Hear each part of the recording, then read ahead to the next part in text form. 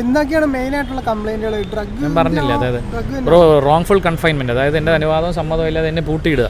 പിന്നെ medical negligence, അതായത് proper consultation ഇല്ലാതെ. അമ്മയ്ക്ക് ആക്സിഡന്റിനെ പറ്റി പറഞ്ഞല്ലോ, അത് കരുതി കൂട്ടി ചെയ്താന്ന് തന്നെയാണ്. പ്രസ് മീറ്റ് ഭയങ്കരമായിട്ട് ചർച്ച ചെയ്യപ്പെട്ടു. അതിന് ശേഷം ഇനി എന്തെങ്കിലും വല്ല കോളോ ഭീഷണി എന്തെങ്കിലും വന്നു? ഇല്ല, ഒന്നും വന്നിട്ടില്ല. അവരൊന്നും പ്രതീക്ഷിക്കുന്നില്ല. എത്ര കോർപ്പറേറ്റിനെതിരെ പിടിച്ചു വെക്കാൻ പറ്റും തോന്നുന്നില്ല, കേസ് കൊടുത്ത് നമുക്ക് പ്രതിരോധിച്ച് വെക്കാൻ പറ്റും തോന്നുന്നില്ല. നിയമമാണ് ബ്രോ എല്ലാത്തിനും മേളിൽ.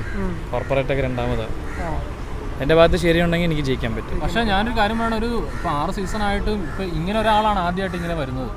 അപ്പോൾ നിങ്ങൾക്ക് നേരിടുന്ന പ്രശ്നങ്ങൾ ഇപ്പോൾ ഇനി നേരിടാൻ പോകുന്നതൊക്കെയാണ് അത്ര വലിയൊരു സബ്ജക്റ്റ് തന്നെയാണ്. ചിലപ്പോൾ ഇതിനെ തിരിച്ചെടുത്ത് നോക്കും ബ്രോ. ചിലപ്പോൾ ഞാൻ പുറത്ത് പറഞ്ഞതിൻ്റെ പേരിൽ ഇത്രയും വർഷം പറയാതിരുന്നവർ പുറത്ത് പറഞ്ഞെങ്കിലോ, പുറത്ത് പറയുകയാണെങ്കിലോ. ഇപ്പോൾ അഖിൽമാരാർ തന്നെ പെട്ടെന്ന് വന്നു സംസാരിച്ചു. അഖിൽ എനിക്ക് തോന്നുന്ന ഒരു കാര്യത്തിന് വേണ്ടി കാത്തിരിക്കുമായിരുന്നു ആയിരിക്കാം. അഖിലേട്ടൻ പിന്നെ അനീതി കണ്ട പ്രതികരിക്കുന്ന ഒരാളാണ്. തുടക്കം തൊട്ട് ഈ വിഷയത്തിൽ അഖിലേട്ടൻ്റെ ഒരു ഇൻവോൾവ്മെൻറ്റ് ഭയങ്കര വലുതായിരുന്നല്ലോ. ഈ അഖിൽമാരാർ കേസിൽ ഇടപെട്ടതുകൊണ്ടൊരു താങ്കൾക്കൊരു വലിയൊരു സപ്പോർട്ടായിട്ട് വന്നായിട്ട് തോന്നുന്നുണ്ടോ? തീർച്ചയായിട്ടും. പുള്ളി ഓൾറെഡി ഒരു അക്സെപ്റ്റൻസ്, എന്നെക്കാളും ഒക്കെ കൂടുതൽ അക്സെപ്റ്റൻസ് ഉള്ള ഒരാളാണ്. പിന്നെ പ്രത്യേകിച്ച് ഞാൻ ചിലർക്കെങ്കിലും ഞാൻ ആ മത്സരത്തിൽ നിന്ന് ഇറങ്ങിപ്പോയ ആളാണ്, അല്ലെങ്കിൽ തോറ്റുപോയ ഒരാളാണ്. പക്ഷേ ആ മത്സരത്തിൽ വിജയിച്ച ഒരാൾ തന്നെ വന്ന് പറയാൻ ഒരു നെഞ്ചെടുപ്പ് കാണിക്കുമ്പോൾ, അല്ലെങ്കിൽ എൻ്റെ കൂടെ ഒരു അനീതിയാണെന്ന് മനസ്സിലായി എൻ്റെ കൂടെ വന്ന് പുള്ളി നിൽക്കുമ്പോൾ തീർച്ചയായിട്ടും അത്. മുൻ താരങ്ങൾ വേറെ ആരെങ്കിലും ബിഗ് ബോസ് താരങ്ങളെ സമീപിച്ചിരുന്നു ഇതേപോലെ? ഞാൻ ആരെയും അങ്ങോട്ട് വിളിച്ചിട്ടില്ല, പക്ഷേ എന്നെ ഇങ്ങോട്ട് ഒരുപാട് പേര് വിളിച്ചിരുന്നു സപ്പോർട്ട് എന്ന് പറഞ്ഞിട്ട് ഫോണിൽ കൂടെ. അത് ഫോണിലൂടെ ഒതുങ്ങി. സാബു ചേട്ടൻ വിളിച്ചിരുന്നു എന്നെ, ശ്വേതാ മേനൻ വിളിച്ചിരുന്നു എന്നെ ഇറങ്ങിയ സമയത്തൊക്കെ. പിന്നെ അത് വെറും ഫോൺ കോളിൽ മാത്രം ഒതുങ്ങിയ സപ്പോർട്ടായിപ്പോയി. അതായത് ഇപ്പോൾ ഒരു താങ്കൾ പറഞ്ഞു താങ്കൾക്ക് നേരിട്ട് ഒരു അനീതിയാണെന്ന് പറഞ്ഞു. അപ്പോൾ താങ്കൾക്ക് സാധാരണ ബിഗ് ബോസിന് പുറത്തിറങ്ങിയ ഒരു വ്യക്തിക്ക് എന്ന് പറയുമ്പോൾ കരിയറിൽ ഒരുപാട് നേട്ടങ്ങൾ കൊയ്യാൻ നിൽക്കുന്ന ഒരു ടൈമാണ് ഈ സമയം എന്ന് പറയുമ്പോൾ. അപ്പോൾ കരിയറിൽ എന്ത് റിസ്ക്കും എടുത്തിട്ട് ഫൈറ്റ് ചെയ്യണം എന്നുള്ളൊരു വാശിയുടെ പുറത്താണോ ഇപ്പോൾ ഈ സംഭവത്തിനെതിരെ നിൽക്കുന്നത്? അങ്ങനെ വാശിയൊന്നുമല്ല ബ്രോ, ഇത് അനീതിയാണ്. ഒരു മനുഷ്യൻ്റെ ജീവിതം വെച്ചൊക്കെ ഗെയിം കളിക്കാൻ പറ്റുമോ? പറ്റില്ല. അല്ല, ഭീമന്മാരാണ് നിൽക്കുന്നത്. അത് ഞാൻ പറഞ്ഞു, അത് ആരാണെങ്കിലും നമുക്ക് തെറ്റാണെങ്കിൽ നമ്മൾ ഫൈറ്റ് ചെയ്ത് തോപ്പിക്കൂലേ? എത്ര വലിയ ഭീമന്മാരാണ്, അങ്ങനെ ഒരുപാട് ഹിസ്റ്ററി ഇവിടെ ഉണ്ടായിട്ടില്ലേ? എത്ര വലിയ അപ്പുറത്ത് വലിയ ഭീമന്മാരാണെങ്കിലും തെറ്റ് വന്നവരെ കാര്യം രക്ഷപ്പെടാൻ പറ്റുന്ന ഒരു നിയമവ്യവസ്ഥയിലല്ല നമ്മൾ ജീവിക്കുന്നത്. പ്രത്യേകിച്ച് ഞാൻ എടുത്ത് പറയുന്നത്, ഇത് കേരളമാണ്. കേരളത്തിൽ ഈ പറഞ്ഞ പരിപാടിയൊക്കെ നടക്കാൻ ഇച്ചിരി പാടാണ്. പിന്നെ ഈ പറഞ്ഞതുപോലെ ഇത് പ്രോപ്പറായിട്ട് ടേക്കപ്പ് ചെയ്ത് ഇത് മുങ്ങിപ്പോകാതിരുന്നാൽ മതി. അമ്മയ്ക്ക് ആക്സിഡന്റിനെ പറ്റി പറഞ്ഞല്ലോ, അത് കരുതി കൂട്ടി ചെയ്താന്ന് തന്നെയാണ്. ഇല്ല, അങ്ങനെയൊന്നും ഇപ്പം എനിക്ക് പറയാൻ പറ്റില്ല ബ്രോ. ഇപ്പൊ കേസിന്റെ കാര്യത്തിൽ ബ്രോയ്ക്ക് ഇപ്പോൾ ഒരു പോസിറ്റീവായിട്ട് അങ്ങനെ എന്തൊക്കെ തോന്നുന്നു? അങ്ങനെ എന്തെങ്കിലും? അല്ല, നമ്മൾ 1.5 മാസം കഷ്ടപ്പെട്ടിട്ടാണ് ഇപ്പം തന്നെ പോലീസ് സ്റ്റേഷനിലെ പരാതി കേസ് നമ്പർ ആയി എന്നും പറഞ്ഞ് നമുക്ക് കോൾ വരുന്നത്. അല്ല, ആദ്യം നിങ്ങൾ പരാതി കൊടുത്തപ്പോൾ ഇല്ല, നമ്മൾ ഇറക്കിട്ടോ, ഇറങ്ങിപ്പോകാൻ പറഞ്ഞു. അതായത് നിങ്ങളൊരു കേസ് ഫയൽ ചെയ്യുന്നത് വരെ നിങ്ങളെ ട്രാക്ക് ചെയ്യുന്ന ആൾക്കാർ വേറെ പുറത്തുണ്ട് ഉണ്ടായിരുന്നു. അത് നമ്മൾ ആദ്യമേ ചെയ്യുന്ന എന്താണ്, ഒരു ക്രൈം നടന്നു കഴിഞ്ഞാൽ അവിടുത്തെ ലോക്കൽ പോലീസ് സ്റ്റേഷനിൽ പോയി പരാതി കൊടുക്കലാണ് ആദ്യം ചെയ്യുന്നത്. അതിന്റെ ഭാഗമായിട്ട് ഞങ്ങൾ ലോക്കൽ പോലീസ് സ്റ്റേഷനിൽ പരാതി കൊടുത്തപ്പോൾ ഞങ്ങളുടെ പരാതി സ്വീകരിക്കില്ല എന്ന് പറഞ്ഞു. അയാൾ സംസാരിച്ചത് ഈ പറയുന്ന ഷോയുടെ പ്രൊഡക്ഷൻ ഹൗസിൽ ഒരാളെ പോലെയാണ് ആ SH ഞങ്ങളുടെ താഴെ പെരുമാറിയത്. അയാൾ പറഞ്ഞത്, നീ കോൺട്രാക്റ്റിൽ ഒപ്പിട്ടല്ലേ അകത്ത് കയറിയത്, ഇപ്പം എന്താ വന്ന പ്രശ്നം? അപ്പോൾ എൻ്റെ കോൺട്രാക്റ്റിനെതിരെയൊക്കെ പുള്ളിക്ക് എങ്ങനെ അറിയാം? ഇതുപോലെ മറ്റ് കേസുകളും മുമ്പ് വന്നിട്ടുണ്ട്, അവിടെ പരാതികൾ വന്നിട്ടുണ്ട്, ആ എക്സ്പീരിയൻസ് പുള്ളിക്കുണ്ട്. അപ്പോൾ അത് വെച്ചിട്ട് പുള്ളി, നീ കോൺട്രാക്റ്റ് ഉള്ളതല്ലേ അപ്പോൾ ഞങ്ങൾ കോൺട്രാക്റ്റ് വോയിഡ് ആണെന്ന് എൻ്റെ അഡ്വക്കേറ്റ് പറയുന്നു. അപ്പോൾ അയാൾ പറയുന്നു, അങ്ങനെയാണെങ്കിൽ നിന്നെ അവർ ഐസൊലേഷനിൽ പൂട്ടി വെച്ചായിരിക്കും. അപ്പോൾ ഇത് കോവിഡ് കാലമല്ലല്ലോ ഐസൊലേഷനിൽ പൂട്ടി വയ്ക്കാൻ. അത് പറഞ്ഞു കഴിഞ്ഞപ്പോൾ അടുത്ത പുള്ളി പറഞ്ഞ്, തരം മുടിയാത്, നീ എന്നെ വേണം പണിക്കോ എന്നാണ് പറഞ്ഞത്. അപ്പോൾ ആ റെസീറ്റ് ചോദിച്ചു. അപ്പോൾ പറഞ്ഞു, നിങ്ങൾ ആക്ഷൻ എടുത്തില്ലെങ്കിലും കുഴപ്പമില്ല, ഈ പരാതി എടുത്തിട്ട് റെസീറ്റ് ഇതാ, റെസീറ്റ് വെച്ചാലും നമുക്ക് നിയമപരമായിട്ട് മുമ്പ് പുള്ളി റെസീറ്റ് തരാൻ. പോലീസ് സ്റ്റേഷനിൽ താങ്കൾക്ക് നീതി കിട്ടാൻ വേണ്ടി താങ്കൾക്ക് DGP തലത്തിൽ വരെ എത്തേണ്ട വന്നു. അതെ. അപ്പോൾ ഒരു സാധാരണക്കാരനാണെങ്കിൽ ഒരു സ്റ്റേഷനിൽ പോയാൽ ഇതായിരിക്കും ചിലപ്പോൾ വേറൊരാൾ വന്നു കഴിഞ്ഞാൽ അവസ്ഥ. ഞാനല്ലേ സാധാരണക്കാരൻ? ഞാൻ സാധാരണക്കാരനാണ്.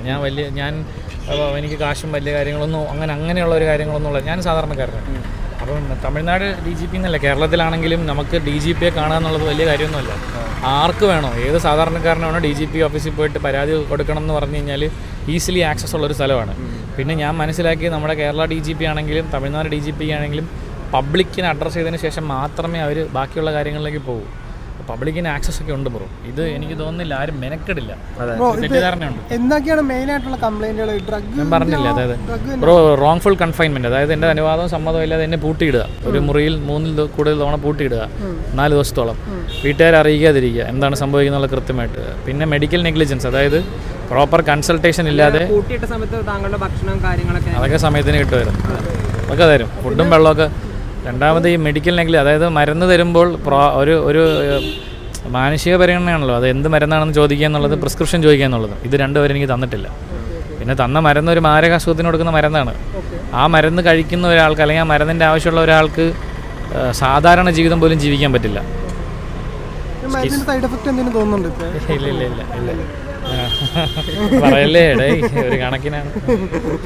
എന്തായാലും താങ്കളുടെ പോരാട്ടത്തിൽ ഒരുപാട് ആൾക്കാർ സോഷ്യൽ മീഡിയയിലൊക്കെ നല്ല അഭിപ്രായം വരുന്നുണ്ട്, ചങ്കുറ്റത്തോടെ മുന്നോട്ട് വന്നൊക്കെ പറയുന്ന അതൊക്കെ ജനങ്ങളുടെ പിന്തുണ എങ്ങനെയുണ്ട് ഈ അവസരത്തിൽ തോന്നുന്നത്? അല്ല, ഞാൻ പോസിറ്റീവായിട്ട് കാണുന്നുണ്ട്. പക്ഷേ ഇതിൻ്റെ ഇടയിൽ നെഗറ്റീവായിട്ട് പറയുന്ന കുറേ ആൾക്കാരുണ്ട്. എനിക്ക് അവരോട് പറയാനുള്ളത്, ഇതൊരു ഗെയിം ഷോ എന്നുള്ളത്. ചിലർ പറയുന്നുണ്ട്, ഞങ്ങളിതിപ്പോൾ തുറന്നു പറയാം, സിബിന് കള്ളം പറയാണ്, സിബിനെ പുറത്താക്കിയതിൻ്റെ ഗ്രഡ്ജ് തീർക്കാണ്, അങ്ങനെ ആ രീതിയിലൊക്കെ സോഷ്യൽ മീഡിയ പല രീതിയിൽ ചർച്ച ചെയ്യുന്നുണ്ട്. പക്ഷേ താങ്കൾ സപ്പോർട്ട് ചെയ്യുന്ന ഒരുപാട് ആൾക്കാരുണ്ട്.